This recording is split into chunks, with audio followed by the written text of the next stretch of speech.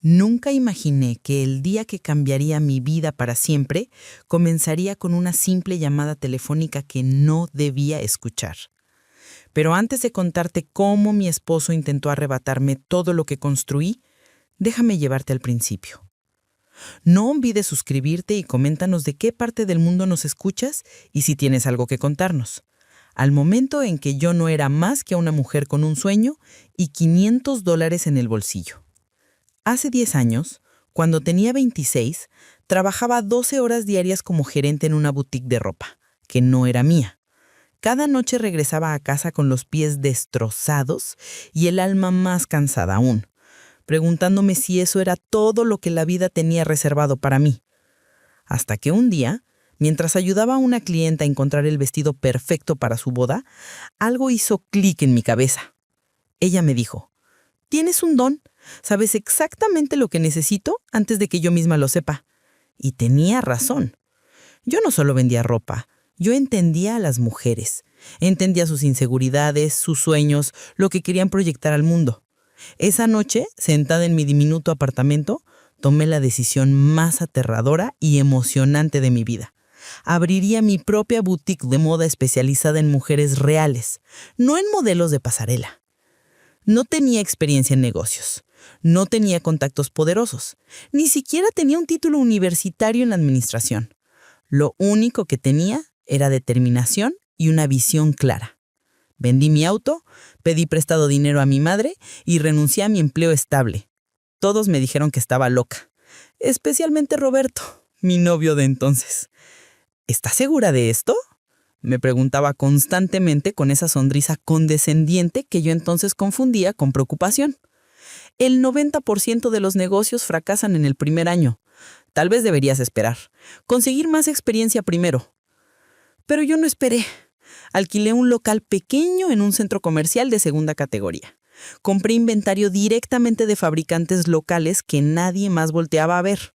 Y trabajé 18 horas al día durante los primeros 6 meses.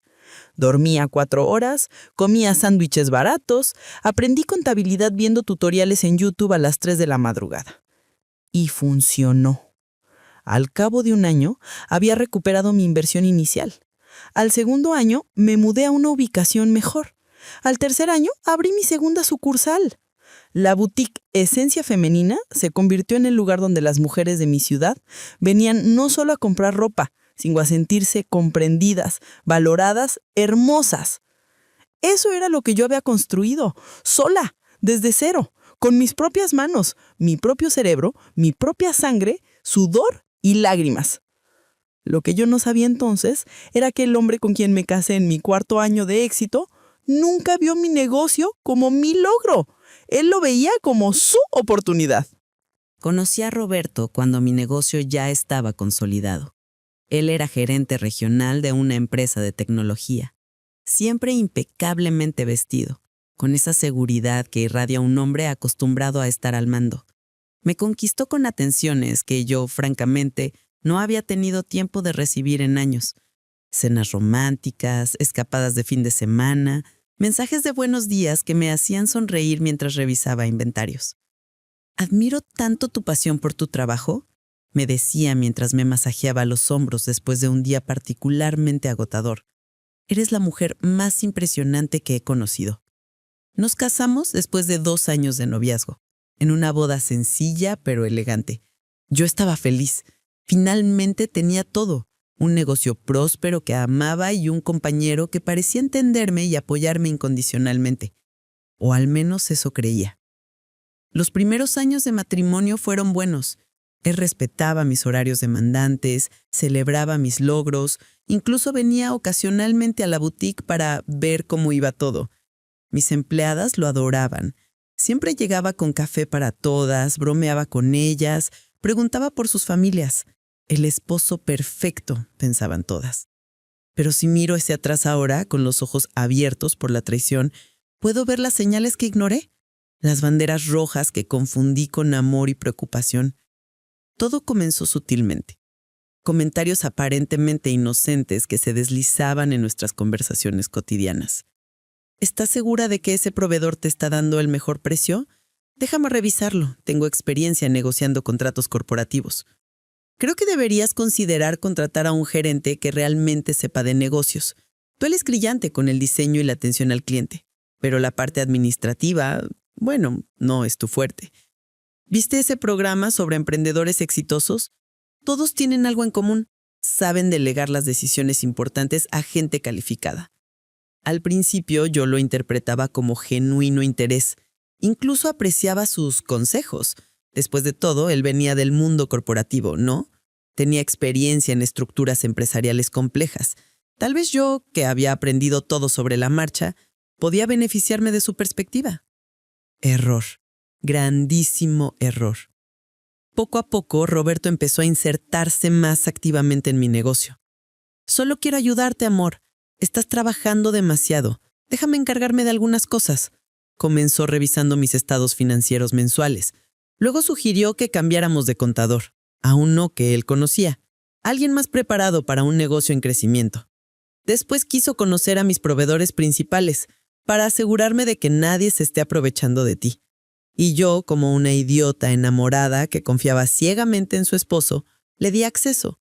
Le mostré mis contratos, le presenté a mi gente, le expliqué mis márgenes de ganancia, mis estrategias de expansión, mis planes para abrir una tercera sucursal. Le entregué las llaves de mi reino sin darme cuenta de que él ya estaba planeando derrocarme. El punto de inflexión llegó en nuestro 5º año de matrimonio. Mi negocio explotó de manera inesperada. Una influencer local con millones de seguidores visitó mi boutique, publicó sobre nosotros en sus redes sociales y de la noche a la mañana nos convertimos en el lugar de moda. Las ventas se triplicaron. Tuve que contratar más personal, los medios locales querían entrevistarme. Había interés de inversionistas para franquiciar el concepto. Fue entonces cuando Roberto cambió. Lo sentí en la forma en que me miraba, como si estuviera calculando algo constantemente. Sus sugerencias se volvieron más insistentes, más frecuentes, más controladoras. Deberíamos reestructurar la empresa legalmente, convertirla en una sociedad anónima.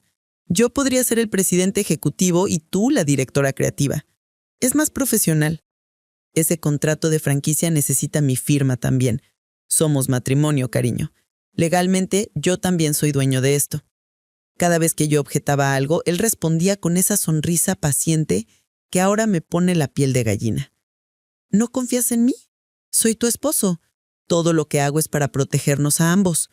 Pero la verdad, la horrible verdad que estaba a punto de descubrir, era que él no estaba protegiéndonos. Él me estaba acorralando. El martes 12 de marzo será una fecha grabada en mi memoria para siempre. El día en que mi mundo perfecto se derrumbó y, paradójicamente, el día en que comencé a salvarme. Esa mañana desperté con un resfriado terrible. Fiebre, dolor de garganta, el cuerpo completamente molido. Roberto insistió en que me quedara en casa, cosa inusual en él porque generalmente minimizaba cualquier malestar mío. El negocio no se va a caer porque faltes un día, me dijo mientras me arropaba con una ternura que ahora sé era completamente falsa. Descansa, yo te traeré sopa al mediodía. Me tomé un antigripal fuerte y me quedé dormida. Cuando desperté alrededor de las 11 de la mañana, escuché su voz proveniente de su estudio. Estaba hablando por teléfono. No alzaba la voz, pero había algo en su tono, una dureza que nunca usaba conmigo, que me hizo detenerme en el pasillo. La puerta estaba entreabierta. Me acerqué descalza, el corazón latiéndome extrañamente rápido sin saber por qué. No, escúchame bien, decía Roberto con una firmeza fría que me erizó la piel. Necesito que los documentos estén listos para finales de este mes. La transferencia de activos tiene que parecer completamente legal y voluntaria por parte de ella. Sentí que el suelo se movía bajo mis pies. Ya tengo acceso a todas las cuentas bancarias del negocio. Ella me las dio hace 6 meses cuando le dije que quería ayudarla con la administración. Ingenua, ¿verdad? Una risa breve, cruel. El problema es el registro de propiedad inicial. Está todo a su nombre porque fundó la empresa antes de casarnos. Tuve que apoyarme contra la pared. Mis manos temblaban. Por eso necesito que elabores un documento de reestructuración corporativa que ella firme. Algo que suene técnico, aburrido, lleno de jerga legal que no entienda. Algo sobre optimización fiscal o protección de activos matrimoniales. Tú eres el abogado, inventa algo convincente. El punto es que cuando firme estará transfiriendo la mayoría de las acciones a una sociedad donde yo soy el accionista mayoritario. Cerré los ojos. Esto no podía estar pasando. Tenía que ser una pesadilla provocada por la fiebre. ¿Qué si se niega a firmar? No lo hará. Confía en mí ciegamente. Además, llevo meses sembrando la idea de que necesitamos proteger el patrimonio familiar. Está preocupada por los impuestos, por posibles demandas, por todas las paranoias que yo mismo le he metido en la cabeza. Firmará. Hubo una pausa. Él escuchaba a su interlocutor. Mira, Javier, llevo 5 años invirtiendo en este matrimonio. 5 años soportando sus historias interminables sobre telas y clientas y toda esa basura. 5 años sonriendo mientras ella juega a ser empresaria. Pero ese negocio vale ahora más de $2 millones. ¿Crees que voy a dejar que se quede con todo si algún día decide divorciarse? Ni loco. Tuve que cubrirme la boca para no gritar. Además, seamos honestos, sin mi guía este último año ella ya habría quebrado. Yo fui quien le sugirió expandirse, yo quien la conectó con esos proveedores más baratos, yo quien le dijo que necesitaba presencia en redes sociales. El éxito reciente es más mío que de ella. Solo estoy asegurándome de que el reconocimiento legal refleje la realidad. Cada palabra era una puñalada, pero seguí escuchando. Necesitaba oírlo todo. Una vez que tenga el control mayoritario, puedo hacer lo que quiera. Tal vez la mantenga como empleada, como la cara de la marca, ya sabes, para que las clientas como sospechen. O tal vez simplemente la liquido y contrato a alguien más competente. Ya veré. Lo importante es que legalmente el negocio será mío. ¿Cuánto te debo por esto? Está bien, envíame la factura. Pero que sea discreta. No quiero que haya ningún rastro que conecte estos documentos con mi nombre hasta que todo esté firmado. Ah, y Javier, necesito sus papeles antes del 1 de abril. Ella está planeando abrir la 4ª sucursal ese mes y quiero tener todo asegurado antes de que el negocio crezca más todavía. Colgó el teléfono. Me alejé del estudio tan silenciosamente como había llegado. Corrí al baño y vomité. No sé si fue por el resfriado o por la traición o por la rabia que sentía creciendo en mi pecho como un volcán a punto de erupcionar. Me senté en el suelo frío del baño, temblando, con lágrimas corriendo por mis mejillas. El hombre con quien compartía mi cama, mi vida, mi negocio, mis sueños, me había estado engañando desde el principio. Nuestro matrimonio entero era una estafa elaborada. Él nunca me había amado, solo había amado lo que yo podía darle. Pero mientras estaba allí, destruida y furiosa, algo cambió dentro de mí. La tristeza comenzó a transformarse en algo más poderoso. Determinación, furia fría, claridad absoluta. Si Roberto creía que yo era una ingenua que firmaría mi propia sentencia de muerte empresarial, estaba a punto de recibir la sorpresa de su vida.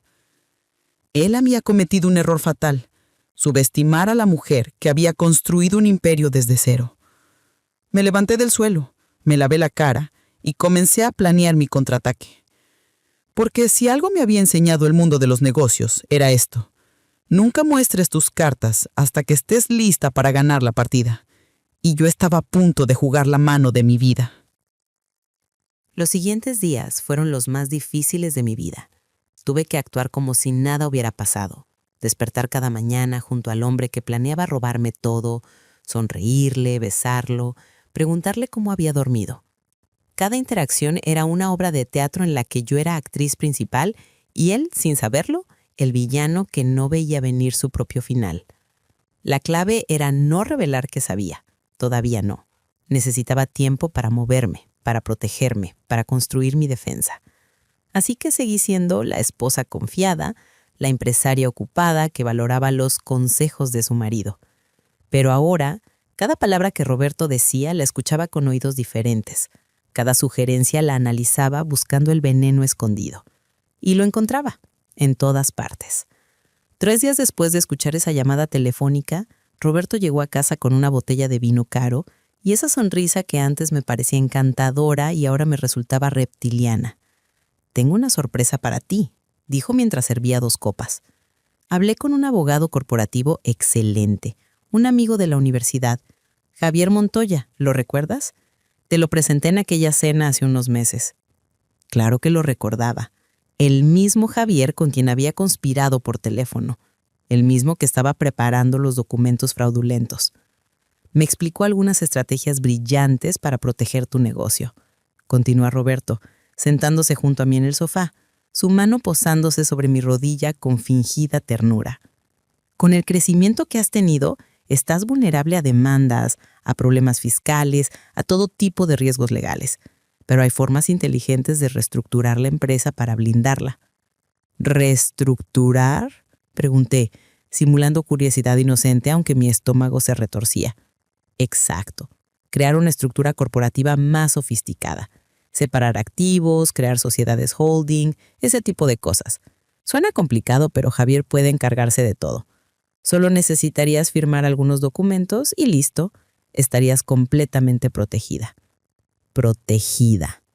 Qué ironía más cruel usar esa palabra cuando en realidad estaba planeando despojarme. Suena interesante, dije despacio, tomando un sorbo de vino para ocultar la rabia que hervía en mis venas. Pero, ¿es necesario hacerlo ahora? Estoy en medio de negociaciones para la nueva sucursal y precisamente por eso es urgente, me interrumpió, su tono volviéndose ligeramente más firme. Antes de expandirte más, necesitas tener la estructura legal correcta. Créeme, amor, he visto empresas colapsar porque no tomaron estas precauciones a tiempo. No quiero que eso te pase a ti. A ti, no a nosotros. Ese pequeño desliz lingüístico me confirmó lo que ya sabía. En su mente, él ya era el dueño. Durante las siguientes semanas, Roberto intensificó su campaña. Sus sugerencias dejaron de ser sutiles para volverse insistentes, casi demandas disfrazadas de preocupación. Comenzó a presentarse en la boutique sin avisar, ya no como el esposo cariñoso que traía café, sino como alguien con autoridad.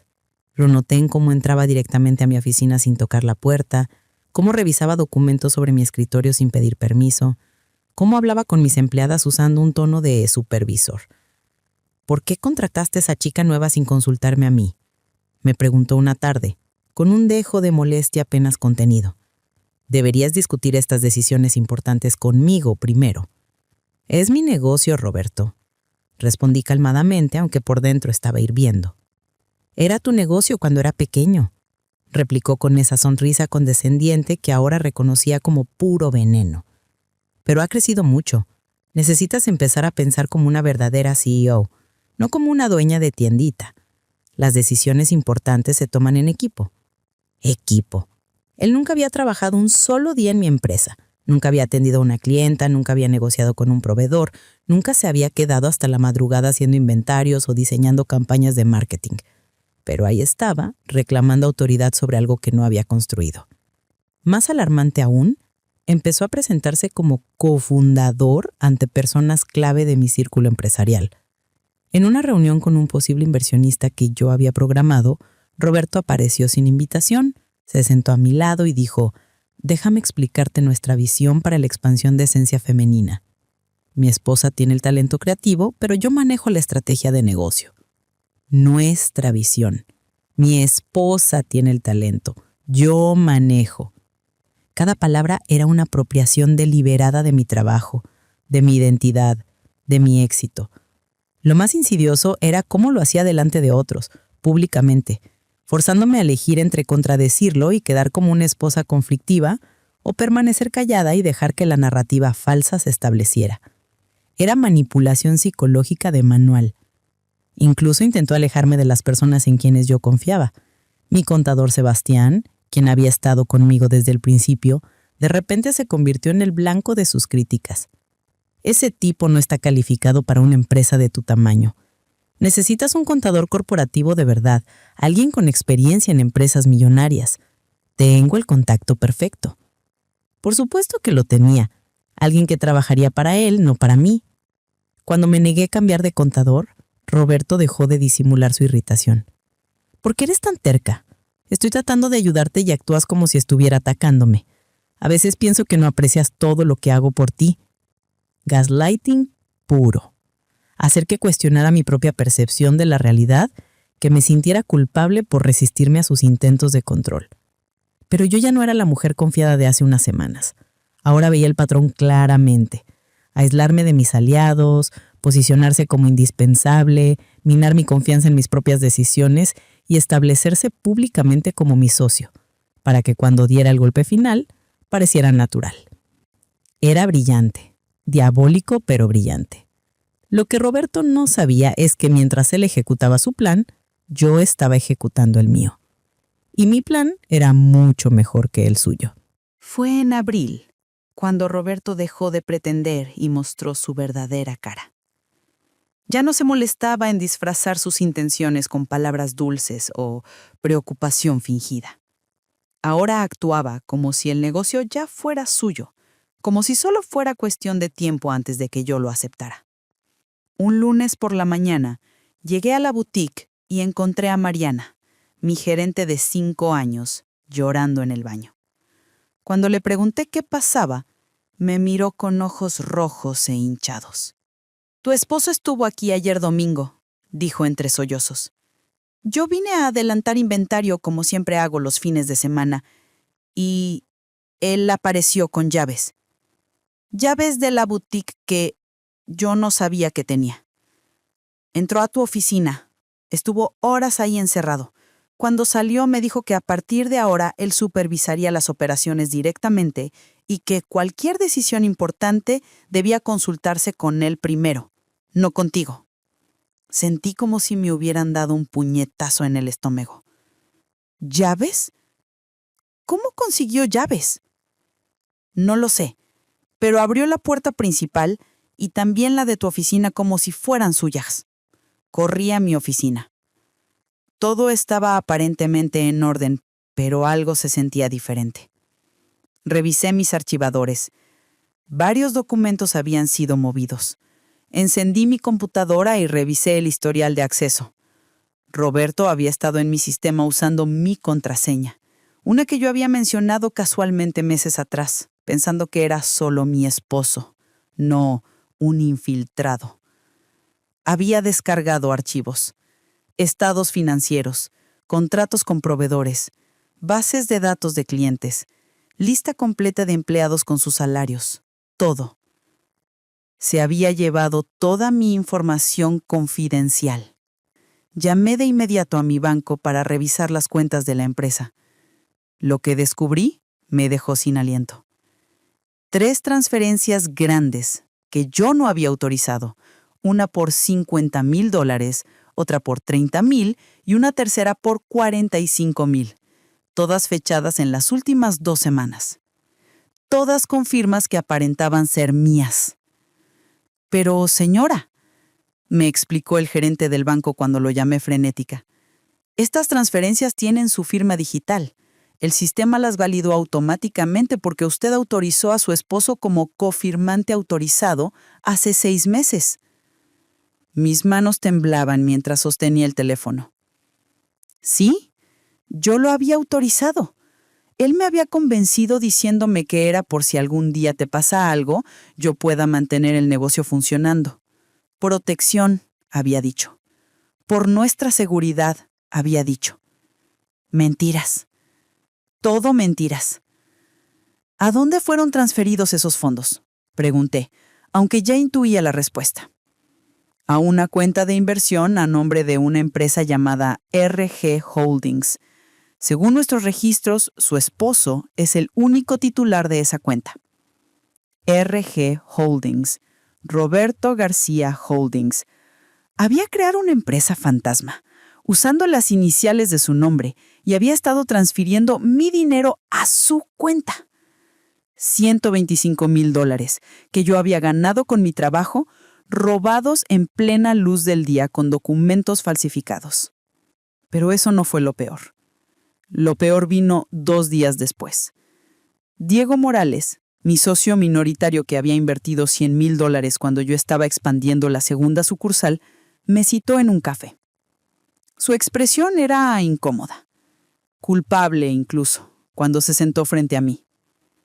«Necesito hablar contigo sobre algo delicado», comenzó, sin poder sostener mi mirada. Roberto me contactó la semana pasada. Mi corazón se detuvo. ¿Roberto te contactó? ¿Para qué? Me ofreció comprar mi participación en la empresa. Me ofreció el doble de lo que invertí. $200,000, pero con una condición: que en la junta directiva del próximo mes vote a favor de una reestructuración corporativa que él está proponiendo. ¿Qué tipo de reestructuración?, pregunté, aunque ya lo sabía. Diego sacó unos documentos de su maletín y los deslizó por la mesa. Esto: una propuesta para convertir Esencia Femenina en una corporación con junta directiva donde él sería presidente ejecutivo y tú, directora creativa. Básicamente él tendría poder de decisión sobre todo, y tú serías una empleada con título elegante. Revisé los documentos. Eran profesionales, detallados, llenos de jerga legal intimidante.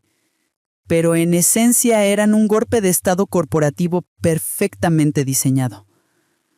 Me dijo que tú ya estabas de acuerdo con esto, continuó Diego, mirándome finalmente a los ojos.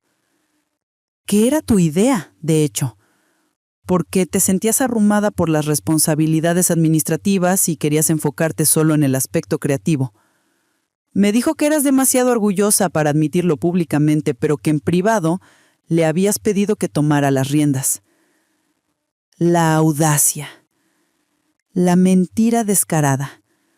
Usar mi supuesto orgullo como excusa para explicar por qué yo no lo admitiría. Diego, dije con voz temblorosa pero firme, Roberto está mintiendo. Está robándome mi empresa y te está usando para hacerlo. La expresión de Diego cambió. Confusión primero, luego comprensión, finalmente horror. «Dios mío», susurró. Yo pensé que era legítimo. Él sonaba tan convincente. Incluso me mostró emails que supuestamente tú le habías enviado, expresando dudas sobre tu capacidad para manejar el crecimiento de la empresa. Esos emails son falsos, dije, la rabia haciendo que mi voz sonara más dura de lo que pretendía. Roberto está fabricando evidencia. ¿Vas a aceptar su oferta? Diego negó con la cabeza vigorosamente. Por supuesto que no. Pero debes saber algo más. Me dijo que si yo no aceptaba su oferta, él encontraría la manera de obtener el control de todas formas. Dijo que tenía un plan B, un plan C y un plan D, que era inevitable y que yo estaba desperdiciando la oportunidad de salir ganando. Salí de ese café temblando de ira y miedo a partes iguales. Roberto no solo estaba robándome dinero y falsificando documentos, estaba activamente reclutando aliados, manipulando a la gente de mi círculo, construyendo una red que le permitiera tomar control incluso sin mi consentimiento.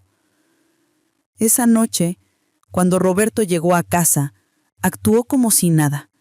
Me besó en la mejilla, preguntó por mi día, incluso sugirió que ordenáramos comida de mi restaurante favorito.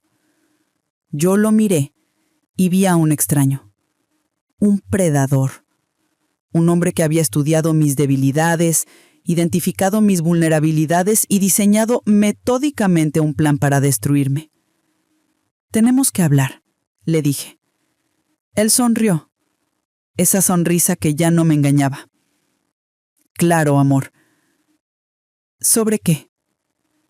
«Sobre las transferencias que hiciste de las cuentas de mi empresa, sobre las llaves que sacaste sin mi permiso, sobre tu oferta a Diego Morales». La sonrisa se congeló en su rostro. Por un segundo, solo un segundo, vi pánico en sus ojos, pero se recuperó rápidamente. Así que finalmente estamos teniendo esta conversación», dijo, su tono volviéndose frío, calculador. Se quitó el saco, lo colgó cuidadosamente y se sirvió un whisky antes de volverse hacia mí. «Recuerda que todo lo que tienes también es mío, querida. Somos matrimonio, propiedad compartida. Lo que es tuyo es mío por ley». Y ahí estaba, la máscara completamente caída. La verdad, desnuda y horrible. Mi esposo no era mi compañero, era mi enemigo. Y la guerra acababa de comenzar oficialmente. Lo que Roberto no sabía, lo que nunca pudo imaginar en su arrogancia infinita, era que yo había comenzado a prepararme desde el momento exacto en que escuché aquella llamada telefónica 3 semanas atrás. Mientras él creía que yo era la esposa ingenua que firmaría lo que fuera, yo había estado construyendo mi defensa pieza por pieza, movimiento por movimiento, con la misma determinación que había usado para construir mi negocio desde cero. El mismo día que escuché su conversación con el abogado Javier, después de levantarme del piso del baño, hice 3 cosas. 3 cosas que cambiarían completamente el resultado de esta guerra. Primero, contraté en absoluto secreto a la mejor abogada de familia y derecho corporativo de la ciudad. Su nombre era Gabriela Ramírez, una mujer de 52 años con reputación de tiburón en los tribunales. No era barata, pero yo había aprendido hacía mucho tiempo que la calidad siempre justifica su precio. Me reuní con ella en su oficina privada, no en la principal, para evitar cualquier registro público de mi visita. Le conté todo: la llamada telefónica, las manipulaciones, los planes de Roberto, todo. Gabriela escuchó con expresión neutral, tomando notas meticulosas en una libreta legal amarilla. Cuando terminé, levantó la vista y dijo algo que nunca olvidaré. Tienes ventaja. Él no sabe que tú sabes. Eso te da tiempo y poder para situaciones que no sabes que van a suceder. Ahora vamos a construir un caso tan sólido que cuando llegue el momento de revelar tus cartas, él no tendrá absolutamente ninguna salida. Segundo, comencé a documentar absolutamente todo. Y cuando digo todo, es todo. Cada conversación que tenía con Roberto la grababa secretamente usando mi teléfono. En mi estado, las grabaciones de conversaciones son legales si al menos una de las partes involucradas sabe que está siendo grabada. Yo sabía, eso era suficiente. Cada email sospechoso lo imprimía y guardaba en una carpeta que escondía en la oficina de Gabriela. Cada text message ambiguo, captura de pantalla. Cada documento que Roberto movía o modificaba, yo tenía copia del original. Instalé aplicaciones de monitoreo en las computadoras de mi negocio que registraban todo lo que cualquiera hiciera en el sistema. Cada vez que Roberto accedía a mis archivos, yo tenía registro con fecha y hora exactas de qué había visto, qué había copiado y qué había intentado modificar. Contraté a un contador forense, un especialista en detectar fraude financiero, para que revisara todas las cuentas de mi empresa línea por línea. Me costó $15,000, pero valió cada centavo. Ese contador descubrió no solo las 3 transferencias grandes que yo ya conocía, sino otras 9 transferencias más pequeñas que Roberto había estado haciendo durante meses. $1,000 aquí, 3,000 allá, 5,000 acá, pequeñas cantidades que yo no notaría en el flujo diario de un negocio exitoso. En total, había robado casi $200,000. $200,000 de mi dinero transferidos a sus cuentas personales. El contador forense documentó cada transacción, rastreó cada transferencia y preparó un informe de 70 páginas que detallaba meticulosamente el fraude. Tercero, y esto fue quizás lo más importante, comencé a proteger mis activos reales antes de que Roberto pudiera tocarlos. Con la ayuda de Gabriela, reestructuré legítimamente ciertas partes de mi negocio de formas que él no podría deshacer fácilmente. Transferí la propiedad intelectual de mi marca, mis diseños, mis procesos únicos a un fideicomiso irrevocable del cual yo era la única beneficiaria. Moví mis inventarios más valiosos a una bodega nueva bajo un contrato de almacenamiento que solo yo podía autorizar. Cambié las cerraduras de todas mis boutiques y solo di las nuevas llaves a empleados en quienes confiaba absolutamente, haciendo de jurar secreto. Contacté a cada uno de mis proveedores principales y les informé discretamente que solo yo tenía autoridad para hacer pedidos o modificar contratos. Si alguien más, incluyendo mi esposo, intentaba hacerlo, debían rechazarlo y notificarme inmediatamente. Hablé con mi socio Diego personalmente después de su revelación sobre la oferta de Roberto y le expliqué toda la situación, Le mostré evidencia del fraude, le expliqué el plan de Roberto y le pedí que se mantuviera leal a nuestra sociedad original. Diego estaba horrorizado por cómo había sido manipulado y me juró su apoyo total. «Ese desgraciado casi me convence», dijo Diego visiblemente enfadado consigo mismo. Sonaba tan profesional, tan legítimo, nunca sospeché que estuviera mintiendo sobre todo. «Ese es su talento», respondí con amargura, mentir convincentemente. Pero mi preparación no era solo legal y financiera, también era emocional y psicológica. Necesitaba estar fuerte para lo que venía. Así que comencé terapia con una psicóloga especializada en abuso narcisista y manipulación, porque eso era lo que Roberto había estado haciendo, abusando de mí emocionalmente, manipulándome psicológicamente, usando tácticas de control que yo no había sabido identificar. La terapeuta me ayudó a entender los patrones. El gaslighting cuando me hacía dudar de mis propias percepciones, el aislamiento cuando intentaba separarme de mis aliados, la desvalorización cuando minimizaba mis logros y se atribuía el crédito. Todo era un manual clásico de abuso psicológico. Lo más importante ahora, me dijo la terapeuta, es que no te dejes provocar. Él va a intensificar su comportamiento. Cuando los narcisistas sienten que están perdiendo control, se vuelven más agresivos. Debes mantener la calma, seguir documentando y no revelar que sabes nada hasta que estés completamente lista para atacar.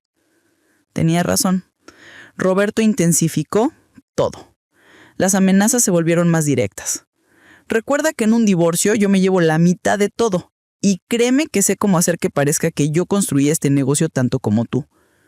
Los intentos de control se volvieron más descarados.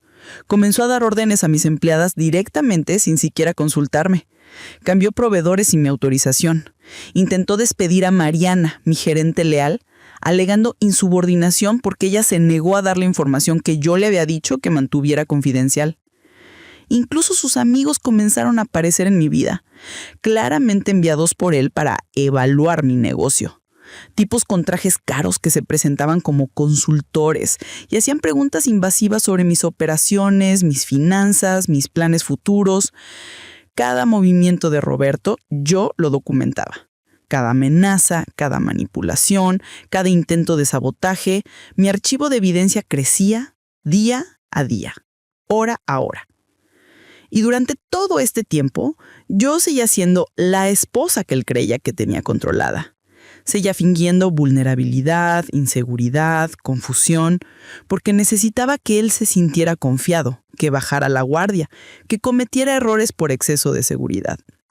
Los predadores son más descuidados cuando creen que ya ganaron, y Roberto estaba a punto de ser muy, muy descuidado.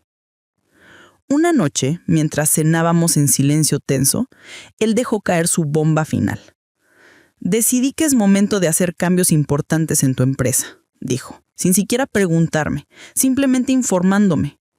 «El próximo lunes presentaré una propuesta formal a la guardia directora. Vas a firmar los documentos que Javier preparó, no es negociable». Lo miré a través de la mesa, este hombre que alguna vez amé, y sentí nada, ni amor ni odio, solo determinación fría. «Está bien», dije suavemente, sumisamente, exactamente como él esperaba que respondiera. Roberto sonrió, creyendo que finalmente me había quebrado. Pobre idiota. No tenía idea de que yo tenía mi propio abogado, mi propia evidencia, mi propio plan, y que su propuesta formal del próximo lunes sería el día en que yo destruiría completamente su estrategia. El golpe llegó un jueves por la tarde, 3 días antes de la fecha que Roberto había establecido para su propuesta formal. Yo estaba en la boutique principal revisando el nuevo inventario cuando llegó un mensajero con un sobre manila grueso. «¿Andrea Valeria Sánchez de García?», preguntó, leyendo de un portapapeles. «Sí, soy yo. Tiene que firmar aquí. Es una notificación legal». Mis manos temblaban ligeramente cuando abrí el sobre, aunque por dentro ya sabía que esto iba a pasar. Gabriela, mi abogada, me había advertido que Roberto probablemente intentaría tomar acción legal antes de que yo pudiera moverme. Había acelerado su plan. Demanda formal. 10 páginas de jerga legal que básicamente argumentaban que Roberto García tenía derecho al 50% de la empresa Esencia Femenina por las siguientes razones. 1. Como esposo, había contribuido significativamente al crecimiento y éxito del negocio mediante asesoría estratégica, contactos profesionales y apoyo directo a las operaciones. Mentira. Él nunca había aportado nada excepto manipulación y sabotaje. 2. Había invertido tiempo personal y recursos económicos propios en el desarrollo de la marca, incluyendo capacitación del personal y optimización de procesos. Mentira. Cada peso invertido en mi negocio había salido de mi trabajo, no del suyo. 3. La expansión reciente del negocio se debía directamente a las conexiones industriales y experiencia gerencial del demandante, sin las cuales la empresa no habría alcanzado su nivel actual de rentabilidad. La mentira más grande de todas. Mi negocio había crecido a pesar de él, no gracias a él. Pero lo más impactante no era la demanda en sí, era lo que venía con ella. Declaraciones juradas. Testimonios escritos de 5 personas jurando que Roberto había sido instrumental en el éxito de mi empresa. 5 testigos que supuestamente habían visto cómo él trabajaba día y noche, ayudándome, aconsejándome, prácticamente dirigiendo las operaciones mientras yo era la cara pública. Reconocí 3 de los nombres. Eran amigos de Roberto. Tipos que aparecían en las cenas que organizábamos, que tomaban whisky en nuestra sala mientras hablaban de deportes y negocios. Ninguno de ellos había puesto un pie en mi boutique jamás. Ninguno había presenciado un solo día de las operaciones reales de mi empresa. Pero ahí estaban, firmando documentos legales, mintiendo bajo juramento, construyendo una narrativa completamente falsa. Los otros 2 nombres no los conocía en absoluto. Probablemente contactos que Roberto había pagado o manipulado para que mintieran por él. Y había más. Roberto había presentado emails, supuestamente míos, donde yo le pedía consejo constantemente, donde le agradecía por salvar el negocio de decisiones malas que yo había estado a punto de tomar, donde expresaba dudas sobre mi capacidad para manejar el crecimiento. Emails falsos, completamente fabricados. Pero se veían convincentes. Tenían mi dirección de correo, mi firma digital. Hasta mi estilo de escritura estaba imitado con precisión inquietante. Ese maldito tuvo acceso a todas mis comunicaciones. Susurré, mirando los documentos con horror creciente. ¿Había estudiado cómo yo escribía? ¿Había analizado mis patrones de lenguaje? Y había creado correspondencia falsa tan convincente que incluso yo por un segundo dudé si realmente había escrito esos mensajes. Pero lo peor, lo absolutamente devastador, vino al siguiente día. Llegué al banco para hacer un retiro de fondos operativos que necesitaba para pagar a proveedores.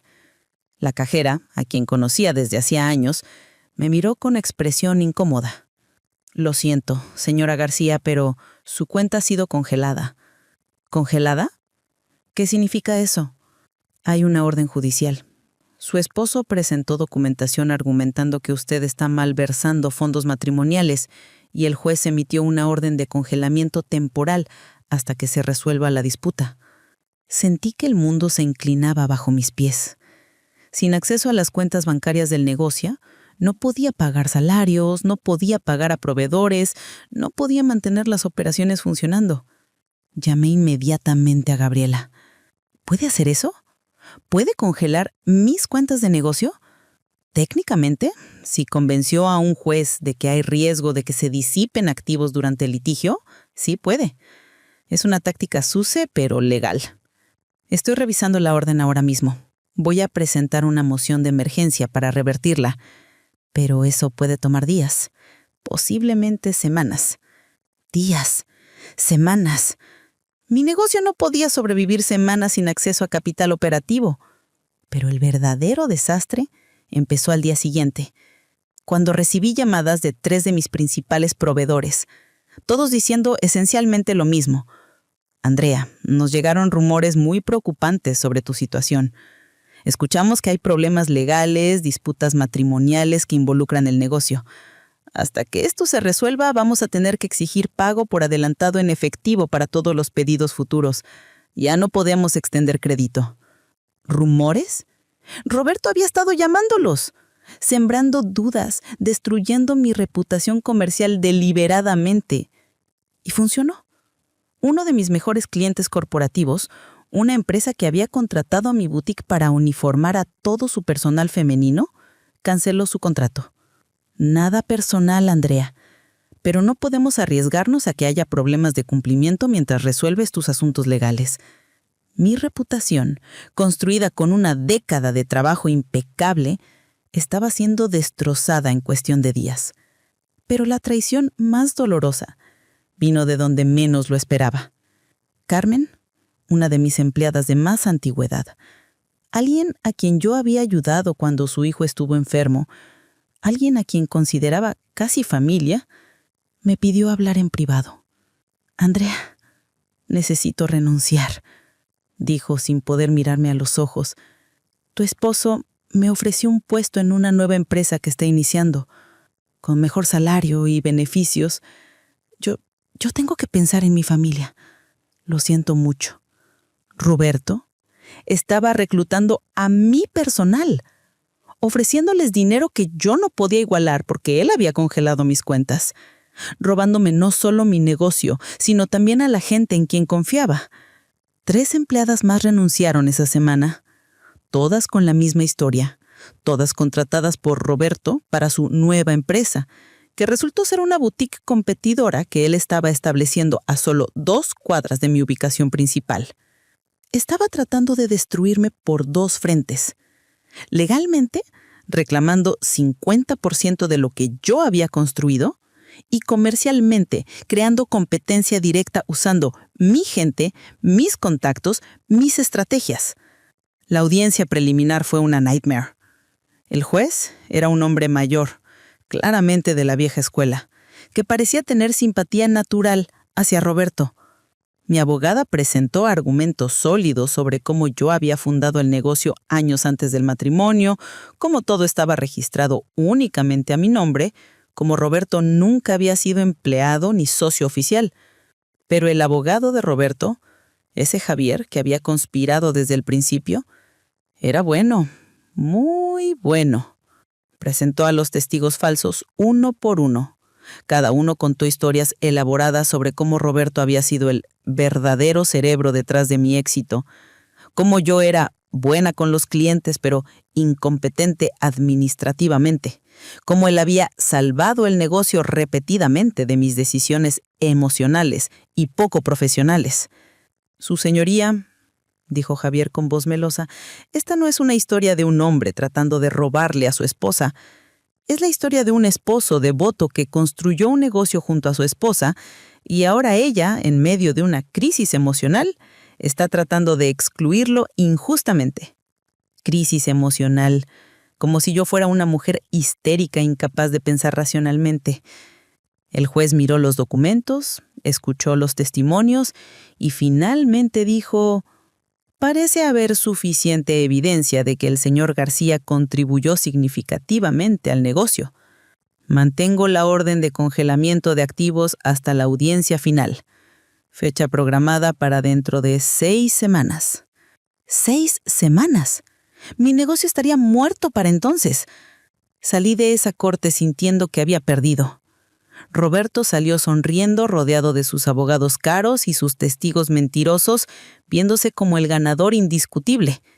Esa noche me senté sola en mi apartamento. Me había mudado a un lugar temporal porque ya no soportaba estar en la casa que compartía con ese hombre. Mis empleados leales estaban asustados. Mis finanzas estaban congeladas. Mi reputación estaba dañada. Todo parecía perdido. Pero lo que nadie sabía, ni Roberto, ni sus abogados, ni ese juez prejuicioso, era que yo todavía tenía mi carta final y estaba a punto de jugarla. Las siguientes 3 semanas fueron las más oscuras de mi vida. Más oscuras incluso que cuando empecé mi negocio sin nada, porque entonces tenía esperanza. Ahora solo tenía miedo. Sin acceso a mis cuentas bancarias, tuve que usar mis ahorros personales para mantener las operaciones básicas. Dinero que había guardado para emergencias se evaporaba día tras día, pagando salarios, renta, servicios. Calculé que me quedaban aproximadamente 2 semanas más antes de quedarme completamente sin recursos. La boutique principal, que normalmente bullía de actividad, ahora estaba inquietantemente vacía. Los rumores que Roberto había esparcido habían funcionado mejor de lo que él probablemente esperaba. Las clientas habituales dejaron de venir. Algunas porque creían las mentiras sobre mi inestabilidad, otras simplemente porque no querían involucrarse en un drama legal complicado. Mariana, mi gerente leal, que se había quedado conmigo cuando otras se fueron, me encontró una tarde llorando en mi oficina. No podía contenerme más. El peso de todo, la traición, la injusticia, la impotencia, me había quebrado temporalmente. «¿Qué voy a hacer, Mariana?», sollocé, mi rostro entre las manos. «Él está ganando, está destruyendo todo lo que construí y no puedo detenerlo». «Ese hombre es un monstruo, pero tú eres más fuerte que él. Lo has sido siempre. Por eso te tiene tanto miedo que necesita destruirte». «¿Miedo? Él no me tiene miedo. Está ganando en la corte. Tiene testigos. Tiene evidencia falsa que parece real. Tiene al juez de su lado. Entonces encuentra algo que él no espere. Tú eres inteligente, Andrea, más inteligente que él. Por eso tuvo que recurrir a mentiras y manipulación. En un campo de juego justo, nunca te ganaría». Pero el campo de juego no era justo y se estaba inclinando más a su favor cada día. La segunda audiencia preliminar fue aún peor que la primera. Roberto había traído más evidencia. Fotografías de él en la boutique editadas para parecer que estaba trabajando activamente en operaciones cuando en realidad solo había estado de visita casual. Más emails falsificados, incluso recibos de supuestas compras que él había hecho para el negocio usando su dinero personal. Todo falso, todo meticulosamente fabricado, pero convincente. Mi abogada Gabriela luchó valientemente, pero pude ver la preocupación en sus ojos. Después de la audiencia, en la privacidad de su oficina, me dio la verdad sin filtros. «Andrea, este juez está prejuiciado. No sé si es machismo o si Roberto logró influenciarlo de alguna manera, pero claramente él ya tomó su decisión. A menos que tengamos algo realmente explosivo, algo indiscutible que demuestre el fraude de Roberto, vamos a perder. Tenemos las grabaciones de sus conversaciones con el abogado. Tenemos el informe del contador forense sobre el dinero robado. Tenemos...» «Todo eso es bueno», interrumpió Gabriela. «Pero su equipo legal ya preparó contraargumentos. Dirán que las grabaciones están sacadas de contexto. Dirán que las transferencias eran legítimas porque como esposo tenía derecho. Dirán que el contador forense está siendo parcial porque tú lo contrataste. Necesitamos algo más, Andrea. Algo que no puedan refutar». Salí de su oficina sintiéndome derrotada. Caminé por las calles de la ciudad sin rumbo fijo, perdiéndome en mis pensamientos oscuros. ¿Cómo había llegado a esto? ¿Cómo había pasado de ser una empresaria exitosa y respetada a estar al borde de perderlo todo? Mi teléfono sonó. Era Diego, mi socio minoritario. «Andrea, necesito decirte algo y no te va a gustar». Mi corazón se hundió. «¿Qué pasa?» Roberto me contactó nuevamente. Esta vez no con ofertas, sino con amenazas veladas. Me dijo que cuando gane el caso, y él está convencido de que va a ganar, va a reestructurar completamente el negocio, y que recordará haber estado del lado equivocado cuando eso pase. ¿Te está amenazando? Básicamente sí. Pero hay más. Me envió un documento, un análisis de mercado preparado por una firma consultora. Demuestra que con la reputación dañada de tu marca actual, el valor de mi inversión ha bajado 30%. Me está presionando para que venda mi parte antes de que valga aún menos. Cerré los ojos, apoyándome contra la pared de un edificio. ¿Vas a hacerlo? Hubo una pausa larga, demasiado larga. No quiero, pero tengo familia, Andrea. tengo responsabilidades. Si el negocio realmente se va a colapsar... Entiendo, dije, aunque me sentía traicionada. Haz lo que tengas que hacer. Pero lo peor aún estaba por venir. Esa noche, muy tarde, recibí una llamada de mi hermana menor, Paula. Estaba llorando histéricamente. Andrea, ¿es verdad lo que Roberto está diciendo? ¿Que tú malversaste fondos del negocio? ¿Que mentiste en documentos oficiales? ¿Qué? ¿De qué hablas? Mamá me llamó. Roberto fue a verla esta tarde. Le mostró documentos, le dijo que tú estás en graves problemas legales, que podrías ir a prisión por fraude. Mamá está desesperada. Quiere vender su casa para conseguirte un abogado mejor. Está enferma de la preocupación. La rabia me inundó como lava hirviendo. Roberto había ido donde mi madre anciana con problemas cardíacos. Le había mentido, la había aterrorizado, todo para presionarme psicológicamente. Nada de eso es verdad, Paula. Roberto está mintiendo. Él es quien cometió fraude, no yo. Pero los documentos se veían reales. Mamá me los mostró. Tenían sellos oficiales y todo. Son falsificaciones. Él está fabricando evidencia. Por favor, dile a mamá que no se preocupe, que todo va a estar bien. Pero mientras decía estas palabras, me preguntaba si realmente iba a estar bien. Esa noche no dormí. Me quedé despierta en mi pequeño apartamento vacío, mirando el techo, sintiéndome más sola y derrotada de lo que jamás me había sentido. Había luchado tanto, había trabajado tan duro, había construido algo hermoso desde la nada, y ahora un hombre mentiroso y manipulador me lo estaba arrebatando usando el sistema legal que se suponía debía protegerme. A las 3 de la madrugada, me encontré sentada en el piso de mi oficina en la boutique. Había ido allí sin siquiera pensarlo, como si mi cuerpo buscara consuelo en el lugar que representaba mis sueños. Las luces estaban apagadas. Solo la iluminación tenue de las farolas de la estrella entraban por las ventanas. Miré alrededor, a los estantes que yo había diseñado, a las paredes que yo había pintado, a cada detalle que llevaba mi visión, mi esfuerzo, mi alma. No puedo perder esto, susurré al vacío. No puedo dejar que él gane. Pero no sabía cómo detenerlo.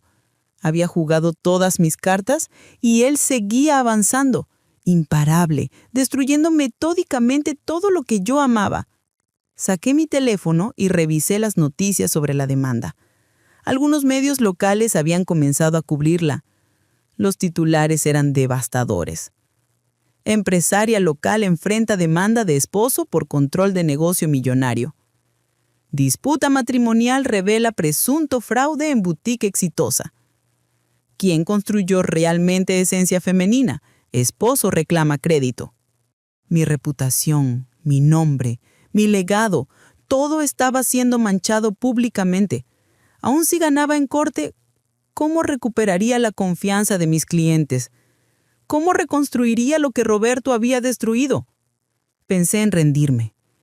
Seriamente consideré llamar a Gabriela por la mañana y decirle que negociara un acuerdo. Darle a Roberto un porcentaje del negocio solo para que esto terminara, solo para poder empezar a sanar. Pero entonces recordé algo que mi madre me había dicho años atrás cuando estaba a punto de abrir mi primera boutique y tenía miedo. Mija, el mundo siempre va a intentar quitarle sus sueños a las mujeres como nosotras, mujeres que vienen de la nada, mujeres que se atreven a querer más. No se lo permitas, lucha con todo lo que tengas, porque si te rindes, no solo pierdes tú, pierden todas las mujeres que vendrán después y que verán tu rendición como prueba de que no se puede ganar. Tenía razón. Si me rendía ahora, si dejaba que Roberto robara lo que era mío usando mentiras y manipulación, estaría enviando un mensaje a cada mujer que enfrentaba a un abusador similar, que los hombres siempre ganan, que el sistema está diseñado para ellos, que nosotras no tenemos poder real. No iba a hacer ese mensaje. Me levanté del suelo, me sequé las lágrimas y encendí las luces de la oficina. Todavía tenía mi última carta. La carta que había guardado para el momento exacto en el que todo pareciera perdido. Y ese momento había llegado. La audiencia final estaba programada para un lunes a las 9 de la mañana. Roberto llegó al tribunal con su séquito completo. 3 abogados, sus testigos falsos, incluso contrató a una firma de relaciones públicas que había invitado discretamente a algunos periodistas locales. Él quería que su victoria fuera pública, que quedara registrado cómo había recuperado lo que le pertenecía. Yo llegué sola con Gabriela. Bueno, aparentemente sola. Lo que Roberto no sabía era que yo había estado trabajando hasta las 4 de la madrugada con mi abogada, preparando algo que cambiaría todo en cuestión de minutos. El juez entró, todos nos pusimos de pie y comenzó la sesión. Javier, el abogado de Roberto, fue el primero en hablar. Presentó su caso con la confianza arrogante de alguien que sabe que ya ganó. Su honor, la evidencia es clara y abrumadora. El señor García ha sido parte integral del éxito de Esencia Femenina. Tiene derecho legal y moral a 50% de la empresa. Los testimonios de múltiples testigos confirman su participación activa. Los documentos financieros muestran sus inversiones personales. Incluso la correspondencia de la propia señora Sánchez reconoce su contribución esencial. Todo mentiras. Pero mentiras bien empaquetadas. Gabriela se levantó cuando le tocó nuestro turno. Su honor, con el permiso de la corte, me gustaría presentar nueva evidencia que no solo refuta completamente las afirmaciones del demandante, sino que demuestra un patrón sistemático de fraude, falsificación y conspiración criminal. El juez levantó las cejas. Roberto se tensó visiblemente. Javier se inclinó hacia él y le susurró algo, pero pude ver la preocupación creciendo en sus rostros. «Proceda», dijo el juez. Gabriela abrió su portafolio y sacó el primer documento. Su honor, este es el registro de incorporación original de Esencia Femenina, fechado 3 años antes del matrimonio entre Andrea Valeria Sánchez. Como puede ver claramente, la única fundadora y propietaria es Andrea Valeria Sánchez. El señor García no aparece en ninguna parte porque no existía ninguna relación entre ellos en ese momento. Eso ya lo sabemos, Javier, pero el negocio creció exponencialmente durante el matrimonio gracias a las contribuciones de mi cliente. Llegaremos a eso, respondió Gabriela con una sonrisa fría. Ahora, su honor, me gustaría presentar este contrato prenupcial firmado 2 semanas antes de la boda. Sentí como el aire salía de la sala de tribunal. Roberto se puso pálido. Javier abrió la boca, pero no salió sonido. ¿Contrato prenupcial?, preguntó el juez, tomando el documento que Gabriela le extendió. Sí, su honor, un contrato prenupcial muy específico que establece claramente que Esencia Femenina y todos sus activos relacionados permanecerán como propiedad separada y exclusiva de la señora Sánchez en caso de divorcio. El señor García firmó este documento voluntariamente, asesorado por su propio abogado independiente en ese momento. Roberto se levantó de golpe. «Eso es, yo nunca, ese documento no es válido». «Siéntese, señor García», ordenó el juez externamente. Luego miró a Javier. ¿Su cliente no le informó sobre la existencia de un prenupcial? Javier estaba revisando frenéticamente sus propios archivos, claramente sorprendido y furioso. «Su honor, necesito un receso para consultar con mi cliente. Esta es la primera vez que escucho sobre...» «No hay receso», dijo el juez, ahora visiblemente molesto. «Continúe, abogada Ramírez». Gabriel estaba apenas comenzando. «Pero eso no es todo, su honor», dijo ella. «Tengo aquí las grabaciones de una conversación telefónica entre el señor García y su abogado, el señor Javier, quien se atribuye a representarlo en esta corte, donde ambos conspiran abiertamente para defraudar a mi clienta». Presionó play en una pequeña grabadora digital. La voz de Roberto llenó la sala de tribunal. «Ya tengo acceso a todas las cuentas bancarias del negocio. Me las dio hace 6 meses cuando le dije que quería ayudarla con la administración. Ingenua, ¿verdad? Por eso necesito que elabores un documento de reestructuración corporativa que ella firme. Algo que suene técnico, aburrido, lleno de jerga legal que no entienda». «Esa grabación fue obtenida ilegalmente», gritó Javier, desesperado. Fue obtenida legalmente en un estado de consentimiento de una parte, replicó Gabriela firmemente. La señora Sánchez tenía derecho legal a grabar sus propias conversaciones en su propia casa. Pero hay más, su honor. Sacó una carpeta gruesa. Este es el informe de un contador forense certificado. Documenta $243,000 que el señor García robó de las cuentas del negocio mediante transferencias fraudulentas a una empresa fantasma de su propiedad llamada RG Holdings. Deslizó copias al juez y a la mesa de Roberto. Cada transferencia está documentada con fecha, hora y cantidad exacta. El señor García falsificó la firma digital de mi cliente en múltiples ocasiones.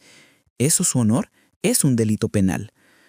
Roberto estaba ahora completamente blanco, sudando visiblemente. Javier parecía querer desaparecer. Pero yo todavía no había jugado mi carta más fuerte. Gabriela me miró y asintió. Era mi turno. Me puse de pie, mi corazón latiendo furiosamente, pero mi voz sorprendentemente calmada. Su honor, hay algo más que el tribunal necesita saber. Algo que descubrí hace apenas 2 semanas cuando finalmente tuve el valor de investigar más profundamente la vida de mi esposo. Roberto me miró con ojos de pánico absoluto. Él sabía lo que venía. Podía verlo en su cara. Roberto García no solo me defraudó a mí, él ha defraudado a otras mujeres. Tiene un patrón. Gabriela sacó otra carpeta. Su honor, tengo aquí documentos de un caso civil en otro estado hace 7 años. El señor García estuvo casado anteriormente con una mujer llamada Melissa Cordero, quien también era dueña de una empresa de consultoría exitosa. Durante su matrimonio, el señor García intentó exactamente la misma estrategia: insertarse en el negocio, clamar crédito y finalmente demandar por control y propiedad. Eso no tiene relevancia para este caso, objetó Javier débilmente. Tiene total relevancia porque demuestra patrón de comportamiento y premeditación. Pero lo más interesante, su honor, es lo siguiente. El señor García nunca se divorció legalmente de Melissa Cordero. El silencio en la sala era ensordecedor. Eso significa, continué yo, mi voz ahora más fuerte, más segura, que mi matrimonio con Roberto es inválido. Él es un bígamo. Estuvo casado con otra mujer todo este tiempo. Por lo tanto, no tiene absolutamente ningún derecho legal sobre mi negocio ni sobre nada mío, porque legalmente nunca fuimos esposos. Roberto colapsó en su silla. Javier cerraba su portafolio claramente sabiendo que el caso estaba perdido.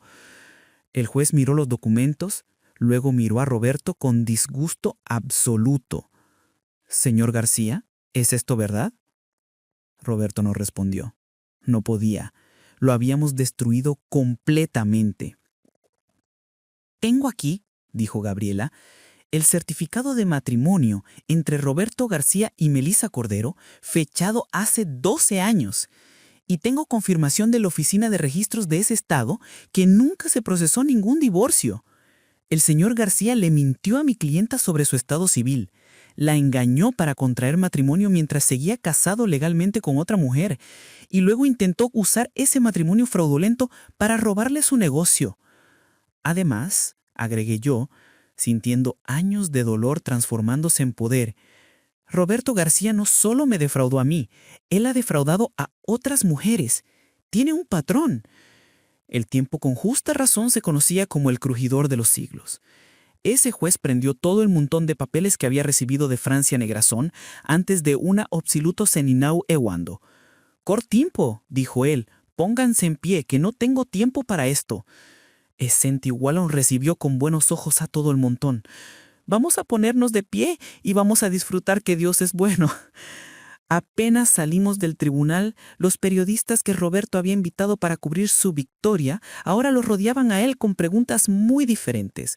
«Señor García, ¿es verdad que está casado con 2 mujeres? ¿Intentó robarle el negocio a su esposa? ¿Cuántas otras víctimas hay?» Yo no miré atrás. Caminé hacia la salida con Gabriela a mi lado, sintiéndome más ligera de lo que me había sentido en meses. «¿Cómo supiste sobre el matrimonio anterior?», me preguntó Gabriela mientras bajábamos las escaleras del tribunal. Sonreí por primera vez en semanas. Contraté a un investigador privado después de escuchar esa llamada telefónica. Me costó $10,000, pero valió cada centavo. Encontró a Melissa, quien me contó toda la historia. Ella casi pierde su negocio también, pero logró escapar a tiempo. Me dio todos los documentos que necesitaba. «Esa fue tu verdadera carta bajo la manga», dijo Gabriela con admiración. «El prenupcial hubiera sido suficiente, pero esto lo enterró completamente». «Él apostó a que yo era débil», dije, mirando el cielo azul brillante sobre nosotras. «Perdió todo en esa apuesta». Salí del tribunal victorioso, pero no me sentía victoriosa. Me sentía vacía, como si hubiera gastado cada gota de energía emocional que tenía en esa batalla. Y ahora no quedara nada dentro de mí excepto un cansancio profundo y existencial. Gabriela tuvo que regresar a su oficina, así que me quedé sola en las escaleras del tribunal, viendo a la gente pasar. Parejas tomadas de la mano, profesionales hablando por teléfono, vida normal continuando mientras la mía acababa de explotar y reconfigurarse completamente. Mi teléfono comenzó a sonar. Llamadas de empleados que habían escuchado las noticias, mensajes de clientes expresando apoyo, incluso algunos medios queriendo entrevistas. Pero yo no podía responder a nadie todavía. Necesitaba un momento para procesar lo que acababa de pasar. Había ganado. Había derrotado al hombre que intentó destruirme. Pero el costo había sido devastador. Estaba sentada ahí, perdida en mis pensamientos, cuando escuché su voz detrás de mí. «Andrea, necesitamos hablar. Roberto». Me volteé y lo vi parado a unos metros de distancia. Se veía destruido. Su traje impecable ahora lucía arrugado. Su cabello perfectamente peinado estaba despeinado, pero lo más impactante eran sus ojos. Ya no había arrogancia ahí, solo desesperación. «No tenemos nada de qué hablar», dije, poniéndome de pie y preparándome para alejarme. «Por favor», dijo, su voz quebrándose. «Solo 5 minutos, te lo ruego». Algo en mí, quizás la parte que todavía recordaba al hombre del que me había enamorado, o tal vez simplemente curiosidad mórbida de escuchar qué posible excusa podría dar, me hizo detenerme. 5 minutos, dije fríamente. Pero si intentas algo, grito y hay cámaras de seguridad por todos lados. Él asintió y se acercó lentamente, como si temiera que yo fuera a salir corriendo. Nos sentamos en extremos opuestos de un banco, con al menos 1 metro de distancia entre nosotros. «¿Por qué?», pregunté. Era la única pregunta que realmente importaba. «¿Por qué me hiciste esto? ¿Alguna vez me amaste o todo fue mentira desde el principio?» Roberto se pasó las manos por el cabello, un gesto de frustración que reconocí de años de convivencia. Yo, al principio sí. Al principio realmente me gustabas.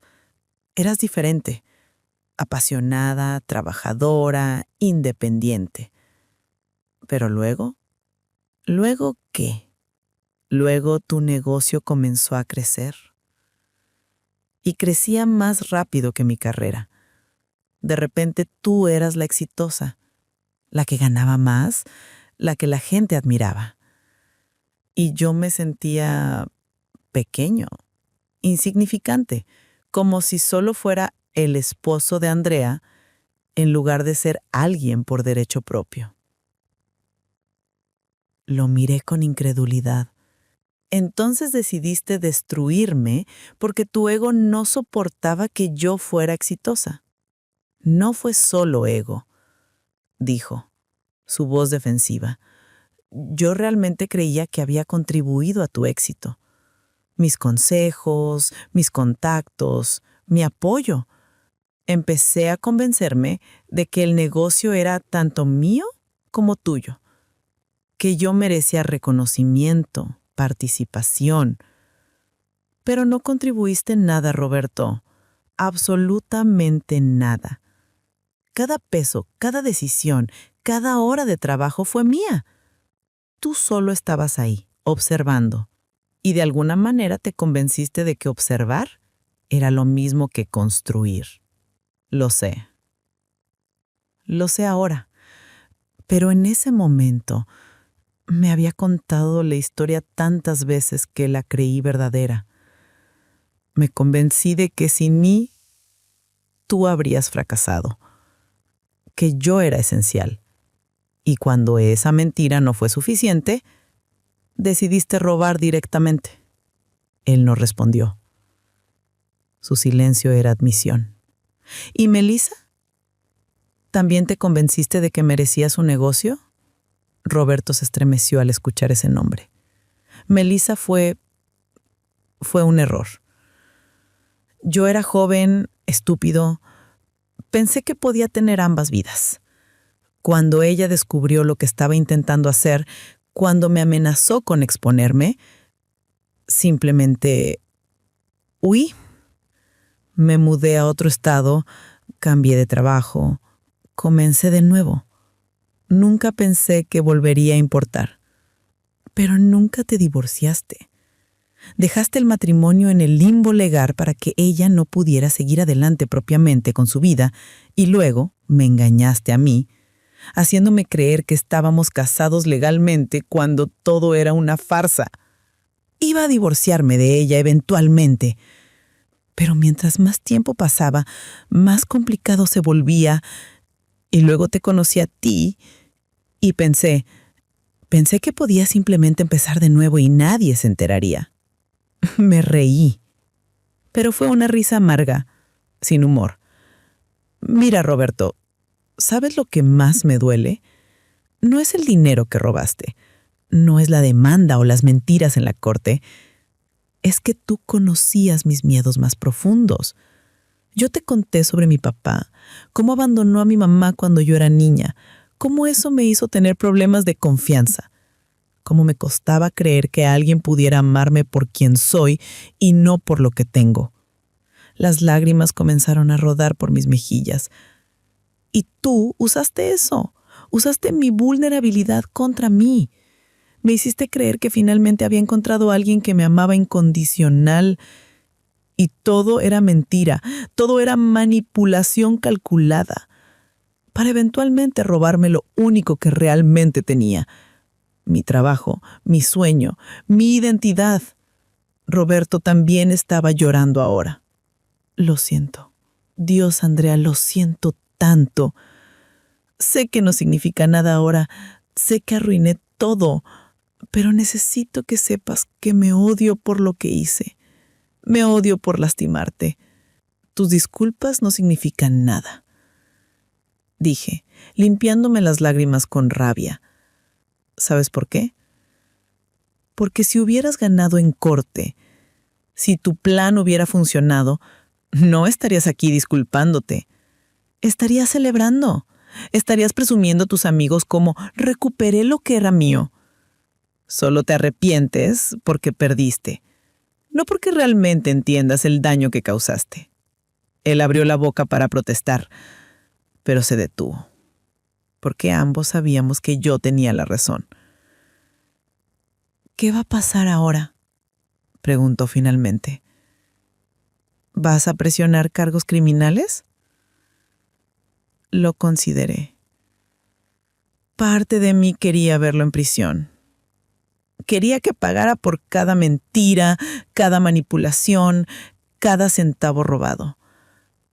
Pero otra parte de mí, la parte que estaba tan cansada de pelear, solo quería que desapareciera de mi vida para siempre. El juez ya remitió el caso al fiscal. Ya no depende de mí. Pero personalmente no voy a buscar venganza adicional. Solo quiero que me devuelvas cada peso que robaste, que firmes los papeles de anulación de nuestro falso matrimonio y que desaparezcas. Vete de esta ciudad, vete de mi vida. Y si alguna vez intentas contactarme o acercarte a mi negocio o a alguien que me importa, te juro que usaré todos los recursos legales disponibles para destruirte completamente. Me puse de pie y mirándolo por última vez. Este hombre que había compartido mi cama, mi casa, mi vida. Este hombre que creí que era mi compañero y resultó ser mi peor enemigo. ¿Sabes qué es lo más triste, Roberto?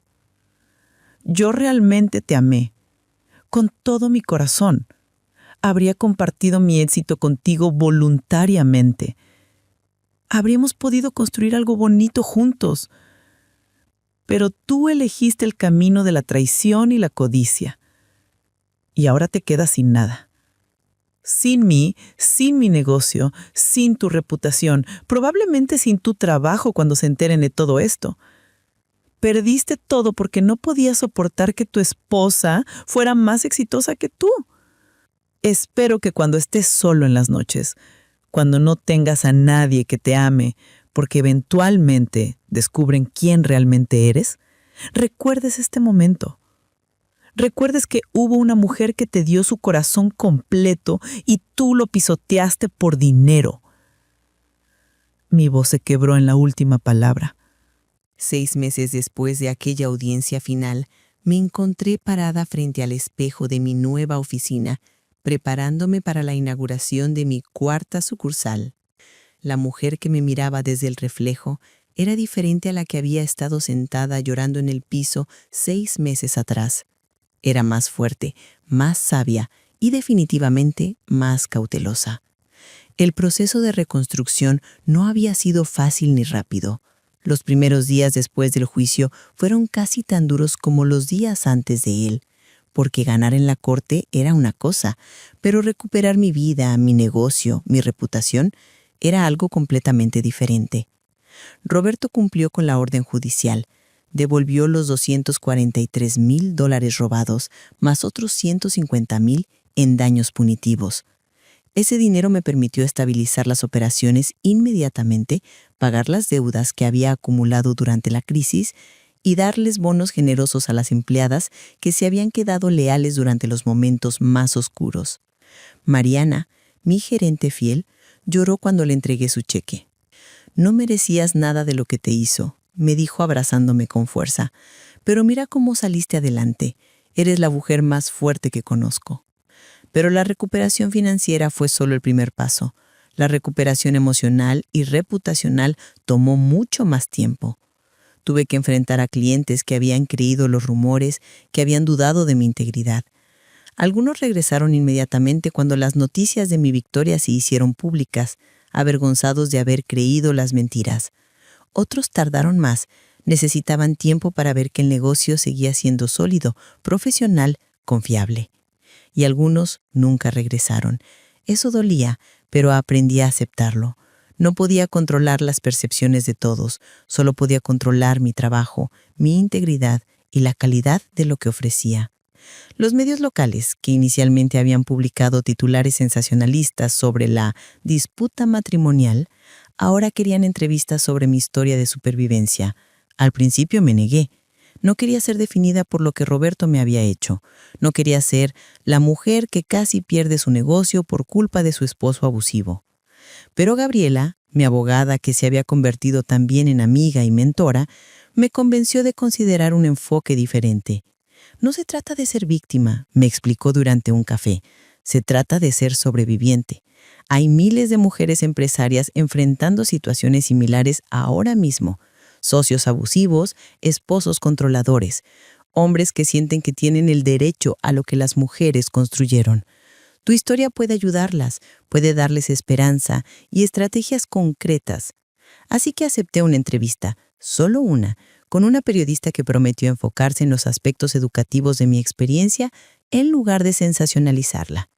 La entrevista se publicó en la sección de negocios del periódico principal de la ciudad bajo el título «Cómo proteger tu negocio de socios abusivos, lecciones de una empresaria que ganó contra todo pronóstico».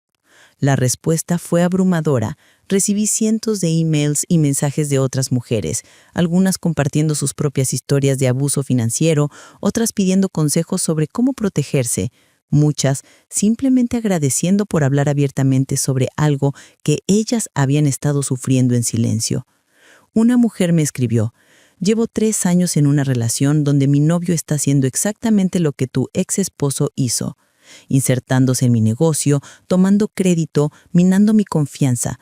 Tu historia me dio el valor para terminar la relación antes de que sea demasiado tarde. Gracias por salvarme años de dolor». Ese mensaje me hizo llorar, pero esta vez no eran lágrimas de tristeza, sino de propósito. Mi sufrimiento no había sido en vano si podía prevenir que otras mujeres pasaran por lo mismo. Fue entonces cuando tomé una decisión importante. Con parte del dinero recuperado, establecí un fondo legal pequeño administrado por Gabriela. Su propósito: ofrecer consultas legales gratuitas a mujeres empresarias que sospecharan estar siendo víctimas de fraude o abuso financiero por parte de parejas o socios. «No todas pueden pagar una abogada como tú», le dije a Gabriela. «Muchas se quedan atrapadas porque no tienen recursos para defenderse. Quiero cambiar eso, aunque sea para unas pocas». Gabriela aceptó inmediatamente, incluso ofreciendo descontar sus propias tarifas para poder ayudar a más mujeres. En los primeros 6 meses, ayudamos a 14 mujeres. 3 evitaron situaciones similares a la mía. 2 recuperaron dinero robado. 1 descubrió un fraude antes de que fuera demasiado tarde. Cada caso era una pequeña victoria que hacía que mi propia batalla valiera la pena. Pero no todo era trabajo sobre abusos y justicia. También había que reconstruir el negocio mismo. Con las cuentas bancarias finalmente bajo mi control exclusivo, con sistemas de seguridad mejorados, con nuevas salvaguardias legales en su lugar, comencé a implementar los planes de expansión que había tenido que pausar durante la crisis. La 4ª sucursal, la que estaba a punto de inaugurar, era especial. No solo porque representaba crecimiento, sino porque la diseñé con una intención completamente nueva. Una sección completa de la boutique estaba dedicada a ropa profesional para mujeres emprendedoras y empresarias, trajes que las hicieran sentir poderosas, accesorios que proyectaran confianza. En la pared principal, mandé a grabar una cita que se había convertido en mi mantra personal. Una mujer con su propio dinero y su propia ambición es peligrosa. Para quienes buscan controlarla, sé peligrosa. Diego, mi socio minoritario que había permanecido leal durante toda la crisis, estaba presente en la inauguración. Me abrazó con orgullo genuino. «Sabía que lo lograrías», dijo. «Nunca dudé de ti, ni siquiera en los peores momentos». «Gracias por creer en mí cuando hasta yo misma dudaba», respondí. Las empleadas que habían renunciado para irse con Roberto durante la crisis intentaron regresar una vez que su nueva empresa colapsó rápidamente. Aparentemente Roberto no tenía absolutamente ninguna idea de cómo manejar realmente un negocio sin robar el trabajo de alguien más. Su boutique competidora cerró en menos de 3 meses. Carmen, la primera que se había ido, vino personalmente a disculparse. «Fui una tonta», dijo, con lágrimas en los ojos. «Él me ofreció dinero y yo me cegué. No vi que tú eras quien realmente había construido todo esto. Lo siento tanto». Parte de mí quería rechazarla, enviarla lejos como recordatorio de su traición. Pero la parte más sabia, la parte que había aprendido sobre perdón y segundas oportunidades, decidió diferente. «No puedo darte tu puesto anterior de regreso», le dije honestamente. «La confianza se rompió y eso tiene consecuencias. Pero si realmente estás arrepentida y dispuesta a trabajar duro para ganarte tu lugar nuevamente, puedo ofrecerte una posición de nivel inicial. El resto depende de ti». Carmen aceptó, y durante los siguientes meses demostró su compromiso trabajando más duro que nunca, llegando temprano, quedándose tarde, haciendo todo lo posible para reparar el daño que había causado. La terapia se convirtió en parte regular de mi rutina. Cada semana me sentaba con mi psicóloga y procesábamos no solo el trauma de lo que Roberto me había hecho, sino también los patrones más profundos que me habían hecho vulnerable a su manipulación en primer lugar. Tenías miedo de estar sola, me explicó la terapeuta. Miedo de que nadie te amara por quien eras. Ese miedo te hizo ignorar señales de alerta evidentes. Te hizo disculpar comportamientos que nunca deberías haber tolerado. Tenía razón, y enfrentar esa verdad era doloroso pero necesario. Aprendí a estar cómoda conmigo misma, a disfrutar mi propia compañía, a no necesitar validación externa para sentirme completa. Por primera vez en mi vida adulta, estuve genuinamente sola, sin pareja, sin estar buscando activamente una relación. Y me gustaba.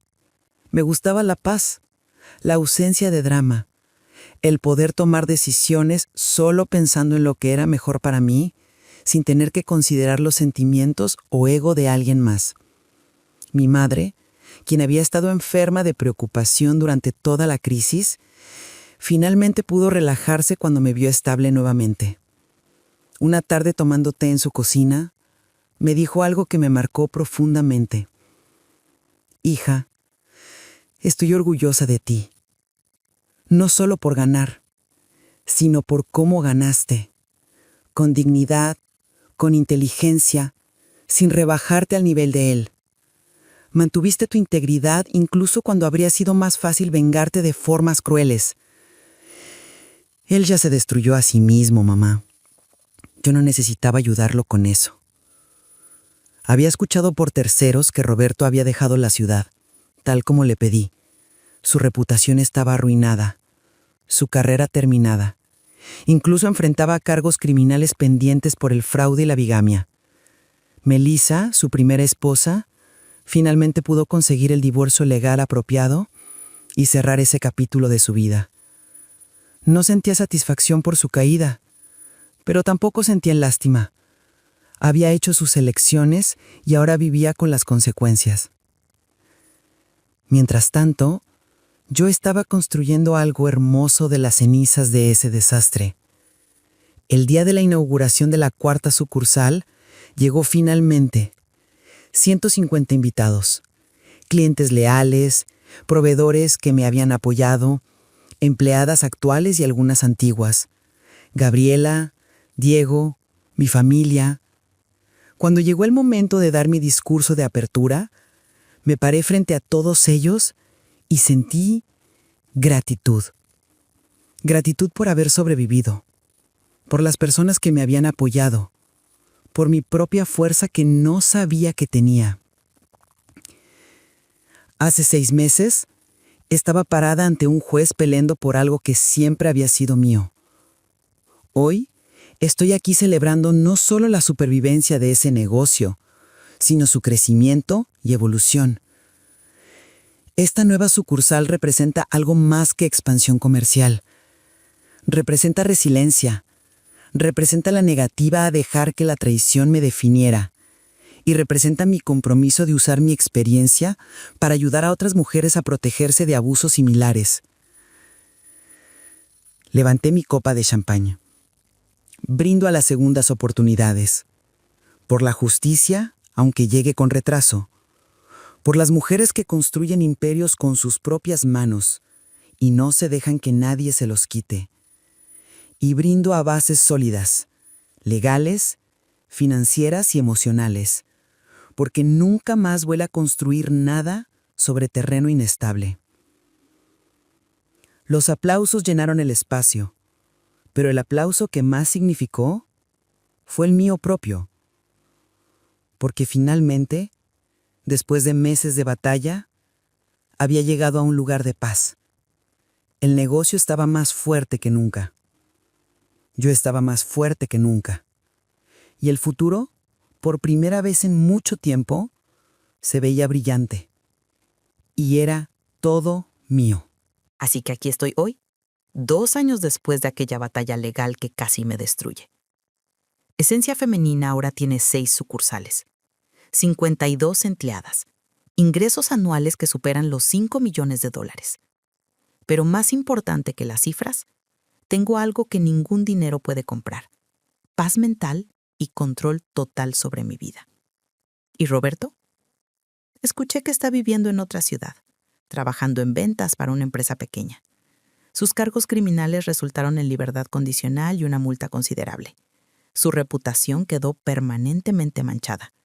Cada vez que busca trabajo, los empleadores potenciales encuentran los artículos sobre el caso. Su pasado lo persigue, como debería. Yo no pienso en él muy seguido. Cuando lo hago ya no siento rabia ni dolor. Solo siento nada, indiferencia. Y esa indiferencia es la mayor señal de que finalmente sané. Pero no te estoy contando esta historia solo para compartir mi victoria personal. Te la cuento porque sé que allá afuera, en este momento, hay mujeres viviendo lo que yo viví. Hay mujeres cuyas parejas están lentamente infiltrándose en sus negocios. Hay mujeres siendo manipuladas para dar acceso a sus cuentas bancarias.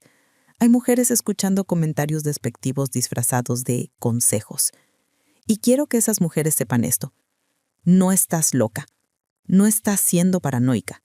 Si tu instinto te dice que algo está mal, probablemente tiene razón. Aquí está lo que aprendí y lo que quiero que sepas. Primero, protege tu negocio legalmente desde el día 1. Contratos prenupciales no son románticos, pero son esenciales. Estructuras corporativas claras, cuentas bancarias separadas, documentación meticulosa de quién fundó qué y cuándo. No esperes a tener problemas para protegerte. Para entonces es demasiado tarde. Segundo, nunca des acceso total a tus finanzas a nadie, ni siquiera a tu esposo. Puede haber cuentas compartidas para gastos del lugar, pero tu negocio es tuyo. Las contraseñas son tuyas, las firmas autorizadas son tuyas, el control final es tuyo. Tercero, documenta todo. Si algo te parece sospechoso, guárdalo. Emails, mensajes de texto, conversaciones grabadas cuando sea legal, transacciones bancarias, todo. Porque si algún día necesitas defenderte, esa documentación será tu salvación. Cuarto, mantén tus propios asesores, tu propio contador, tu propio abogado, personas que trabajen para ti, no para tu pareja o tu familia o cualquier otra persona con potenciales conflictos de interés. Profesionales que te digan la verdad, aunque sea incómoda. Quinto, reconoce las señales de alerta temprano. Comentarios que minimizan tus logros, intentos de tomar crédito por tu trabajo, sugerencias constantes de que necesitas ayuda o que no eres capaz de manejar las cosas sola, aislamiento de tus aliados y asesores. Esos son patrones de abuso, no amor. Y sexto, confía en tu instinto. Si algo se siente mal, probablemente lo es. Las mujeres han sido condicionadas socialmente a dudar de nosotras mismas, a pensar que estamos exagerando o siendo emocionales. Pero tu intuición existe por una razón. Escúchala. Y séptimo, más importante que todo, tu valor no depende de tener pareja. Es mejor estar sola y en paz que acompañada y en peligro. La soledad temporal es infinitamente preferible al abuso permanente. Desde aquella batalla legal, he convertido parte de mi misión en ayudar a otras mujeres emprendedoras. El fondo legal que establecí con Gabriela ha ayudado a 43 mujeres hasta ahora. 43 mujeres que recuperaron control de sus negocios, que escaparon de situaciones abusivas, que protegieron lo que construyeron. Doy talleres gratuitos sobre protección de activos empresariales. He escrito guías descargables sobre señales de alerta en relaciones abusivas con componentes financieros. Conecto a mujeres con recursos legales y psicológicos que necesitan. Porque mi sufrimiento tiene que significar algo. Tiene que servir para algo más grande que solo mi historia personal. Y cada vez que una mujer me escribe diciéndome, tu historia me salvó, me di cuenta de lo que estaba pasando a tiempo y me protegí, siento que todo valió la pena. Cada lágrima, cada noche sin dormir, cada momento de terror en esa corte, todo valió la pena si significa que otra mujer no tiene que pasar por lo mismo. A las mujeres que me están escuchando ahora y que reconocen su propia situación en mi historia, quiero decirles esto directamente. Eres más fuerte de lo que crees. Eres más capaz de lo que él te ha hecho creer. Tu trabajo tiene valor, tu contribución es real y mereces mantener lo que construiste. No esperes a que la situación empiece. No esperes a que él presente una demanda o congele tus cuentas o reclute a tus empleados. Actúa ahora. Protégete ahora. Busca ayuda legal ahora. Y si ya estás en medio de la batalla, si ya sientes que todo está perdido, recuerda, yo también me sentí así. Yo también estuve sentada en el piso llorando, convencida de que había perdido todo, pero no había perdido. Y tú tampoco has perdido. Mientras sigas peleando, mientras sigas defendiendo lo que es tuyo, todavía hay esperanza. Encuentra tu carta bajo la manga. Todos la tenemos. A veces es evidencia documental que hemos estado guardando. A veces es un testigo que está dispuesto a decir la verdad. A veces es simplemente nuestra propia fuerza y determinación que se niega a rendirse. La justicia no siempre llega rápido. A veces llega tarde, después de mucho sufrimiento. Pero cuando llega, cuando finalmente te paras frente a ese juez o ese tribunal o esa sala de juntas y presentas tu verdad, cuando ves la cara de tu abusador al darse cuenta de que perdió, ese momento hace que todo valga la pena. Él apostó a que yo era débil, apostó a que mi amor a él me haría vulnerable, apostó a que mi falta de conocimiento legal me dejaría indefensa. Perdió absolutamente todo en esa apuesta, porque subestimó la fuerza que se genera cuando una mujer decide que ya es suficiente, la determinación que surge cuando decides que prefieres perderlo todo peleando que conservar algo arrodillada. El poder que descubres cuando te das cuenta de que tú construiste ese imperio una vez y puedes reconstruirlo 1000 veces más si es necesario. Así que a las mujeres que están donde yo estuve, no te rindas. Busca ayuda, protégete, documenta, pelea. Y cuando finalmente ganes, porque vas a ganar si no te rindes, usa tu historia para ayudar a la siguiente mujer. Porque juntas somos imparables. Juntas cambiamos el sistema que permite que hombres como Roberto creen que pueden robarnos lo que construimos. Juntas creamos un mundo donde las mujeres empresarias no tienen que elegir entre el amor y la seguridad de sus negocios. Mi nombre es Andrea Valeria Sánchez. Fundé Esencia Femenina hace 12 años con $500 y un sueño. Casi lo pierdo todo por confiar en el hombre incorrecto. Pero no solo sobreviví, triunfé. Y tú también puedes. Esa es mi historia, esa es mi verdad, y esa es mi promesa para todas las mujeres que vendrán después. Nunca más solas, nunca más indefensas, nunca más en silencio. Porque cuando una mujer cuenta su historia, le da permiso a otra para contar la suya. Y cuando suficientes mujeres cuenten sus historias, el mundo tendrá que escuchar y tendrá que cambiar. Si te gustó el video, no olvides darle like. Nos escuchamos pronto. Un abrazo.